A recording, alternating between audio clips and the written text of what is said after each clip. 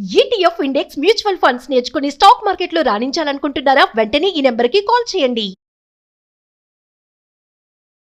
So యాక్చువల్‌గా మెయిన్‌గా మనకు తెలియాల్సింది ఏంటంటే రీసెంట్ లైక్ కొన్ని డేస్ బ్యాకే నాట్ న్యూ వన్.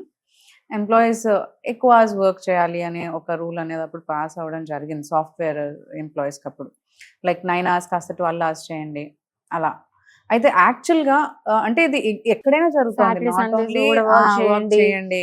ఎప్పుడు చూసినా యాహ్! ఇంట్లో ఉండడం అండ్ నాట్ కంటే ఓన్లీ ఇన్ లైక్ ఆర్గనైజ్డ్ ఆర్గనైజేషన్స్‌లోనే కాదు. వేరే దగ్గర కూడా ఎక్కడ చూసినా గానీ ఓవర్ టైమ్ చేయమంటూ ఉంటారు. You have to work for like అంటే వాళ్ళ ఆఫీస్ టైమ్స్‌ని మించి 3 అవర్స్, 4 అవర్స్ ఎక్స్‌ట్రా వర్క్ చేపిస్తూ ఉంటారు.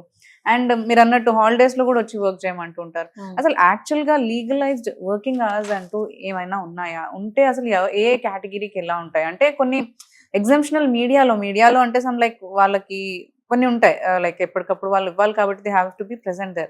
లైక్ అలాంటి ఏమైనా ఎగ్జామ్షనల్ ఉంటాయా? అక్కడైనా గానీ లేదు ఇంతవరకు లీగలైజ్డ్ వర్కింగ్ అవర్స్ ఉన్నాయి అని ఏమన్నా ఉందా? లీగలైజ్డ్ వర్కింగ్ అవర్స్ ఉంటదండి. ఎట్లా అంటే ఇప్పుడు ఫ్యాక్టరీలో వర్క్ చేసినా గానీ, లేకపోతే ఐటీ డిపార్ట్మెంట్ అయినా కావచ్చు, డైలీ వేజెస్ మీద చేసినా సరే, విమెన్ కి మెన్ కి తేడా లేకుండా కూడా ఈ వర్కింగ్ అవర్స్ ఇంత ఉండాలని చెప్పేసి స్పెసిఫిక్‌గా కొన్ని యాక్ట్స్ ఉన్నాయి. ఓకే. సో ఏంటంటే ఇప్పుడు ఒకవేళ ఫ్యాక్టరీలో వర్క్ చేసే వాళ్ళకి ఏంటంటే ఫ్యాక్టరీస్ యాక్ట్ 1945, 48 అప్లై అవుతుంది. అండ్ ఇంకో కొత్త యాక్ట్ వచ్చింది ఏంటంటే occupational safety, health and hazard conditions అని చెప్పేసి, కండిషన్స్ యాక్ట్ అని చెప్పేసి వచ్చింది. అది ఇంకా ఫుల్లీ కూడా ఇంకా ఇంప్లిమెంట్ అవ్వలేదు, but it is yet to be implemented. So ఈ యాక్ట్ ప్రకారం ఇవన్నిటి ప్రకారం ఏంటంటే లిమిటెడ్ గా 9 అవర్స్ మాత్రమే వర్క్ చేయాలి. అండ్ వీక్లీ చూస్తే ఏంటంటే 48 అవర్స్ మాత్రమే వర్క్ చేయాలి. ఇంతకంటే ఎక్కువ వర్క్ చేయొద్దు. ఒక 11 అవర్స్ 12 అవర్స్ అట్లా వర్క్ చేపిస్తున్నారు అంటే మీకు అది డబుల్ వేజ్ ఇవ్వాలి. అంటే చేసిన దానికంటే డబుల్ వేజ్ వాళ్ళకి పే చేయాల్సి ఉంటుంది. అంటే ఓవర్ టైం చేస్తున్నట్టు. సో లిటరల్ ఏంటంటే సరే 2-3 అవర్సే కదా అని చెప్పేసి మళ్ళీ దానికి క్యాలిక్యులేట్ చేసి ఇవ్వడం కాదు. ఇన్ఫాక్ట్ డబుల్ వేజ్ పే చేయాలి.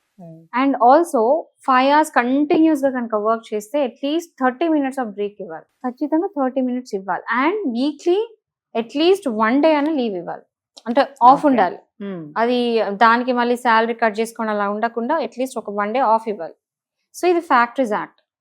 ఇప్పుడు ఒకవేళ నాన్ ఫ్యాక్టరీ ఎంప్లాయీస్ ఉంటారు. ఎట్లా అంటే మిగతా అందరు ఇంకా అంటే ఐటీ ఎంప్లాయీస్ కానీ ఎవరికైనా సరే వీళ్ళందరికీ ఏంటంటే 8 అవర్స్. సో 8 అవర్స్ కంటే కనుక ఎక్కువ చేపిస్తే వీళ్ళది ఓవర్ టైం అయినట్టు. అండ్ దాని తగ్గట్టు పే చేయాలి. దాని తగ్గట్టు పే చేయాల్సింది. ఓవర్ టైం చేస్తున్నారు కాబట్టి ఎక్స్ట్రా. బట్ జనరల్ ఏంటంటే ఐటీ వాళ్ళ దాంట్లో అది వాళ్ళ రూల్స్ వాళ్ళ కండిషన్స్ అంతా కూడా వేరే ఉంటాయి. ఇన్ఫాక్ట్ వాళ్ళకి సాటర్డే సండే కూడా హాలిడేస్ ఉంటాయి. బట్ దెన్ ఒకవేళ వాళ్ళ రూల్స్ అగేన్స్ట్ గా అండ్ క్యాల్కులేటెడ్ గా ఈ 8 అవర్స్ కంటే ఎక్కువ కనుక వర్క్ చేపిస్తే వాళ్ళకి ఓవర్ టైం అయినప్పుడు వాళ్ళకి పేమెంట్ దాని తగ్గట్టుగా చెయ్యాలి.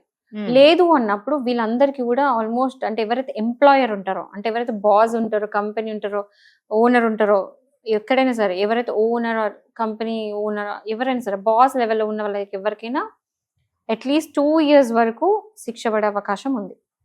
And 1 lakh fine.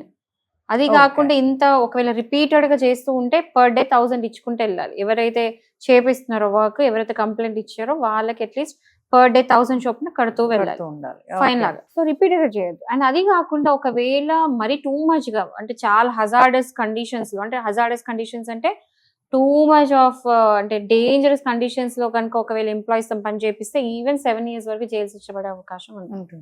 సో ఎవరికైనా సరే ఇట్లాంటి ఏదైనా ఫేస్ చేస్తే ఏం చేయొచ్చు అంటే ఫ్యాక్టరీ ఇన్స్పెక్టర్స్ ఉంటారు.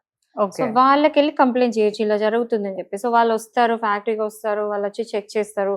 చెక్ చేసి ఇచ్చిన కంప్లైంట్ అంతా కూడా కరెక్టే ఉంది అని ప్రూవ్ అయినప్పుడు అప్పుడు వెంటనే వాళ్ళని అరెస్ట్ చేయడము, వాళ్ళకి కోర్టుల వాళ్ళని ప్రజెంట్ చేయడము, అండ్ దెన్ వాళ్ళకి ఒకవేళ ఎవిడెన్స్ అంతా కూడా వాళ్ళకి అనుకూలంగా అండ్ బాస్ కి అగేన్స్ట్ గా అనుకుంటే 2 years పనిష్మెంట్ ఫైన్ అంతా కూడా వేయడం జరుగుతుంది అనమాట. సో ఇది ఎక్సెప్షనల్ అంటే ఇది అన్ని ఎంప్లాయ్మెంట్స్ కి ఇంతే సేమ్ ఉంటుందా? అంటే లైక్ కొన్ని చూస్తాం లైక్ పోలీస్ కానీ లేదంటే మెడికల్ కానీ మీడియా కానీ సో వీళ్ళందరికీ కూడా సేమ్ అలాగే లీగల్స్ ఇవే సేమ్ రూల్స్ అండ్ ఇవన్నీ ఉంటాయి అంటారా? ఎస్, వీళ్ళందరికీ ఏంటంటే షాప్స్ అండ్ ఎస్టాబ్లిష్మెంట్స్ యాక్ట్ అని ఒకటి ఉంటుంది.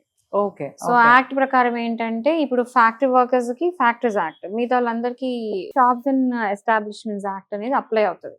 సో దాని ప్రకారం 8 hours మీరు అన్నట్టు. బట్ ఇది పోలీస్ డిపార్ట్మెంట్ కి అప్లై అవ్వదు.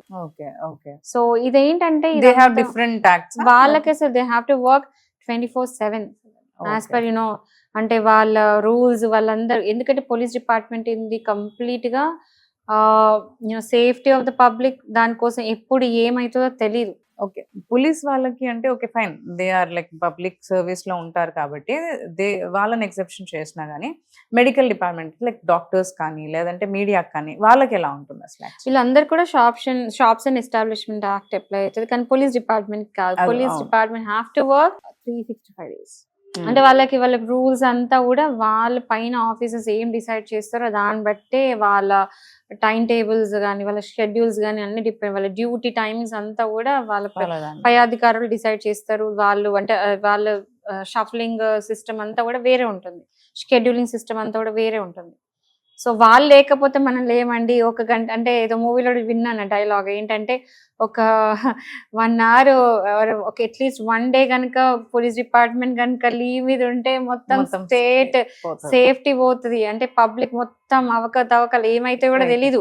రైట్. సో ఓ మూవీలో డైలాగ్ కూడా ఉంది. So police department no, they have to be on duty all the time అండి.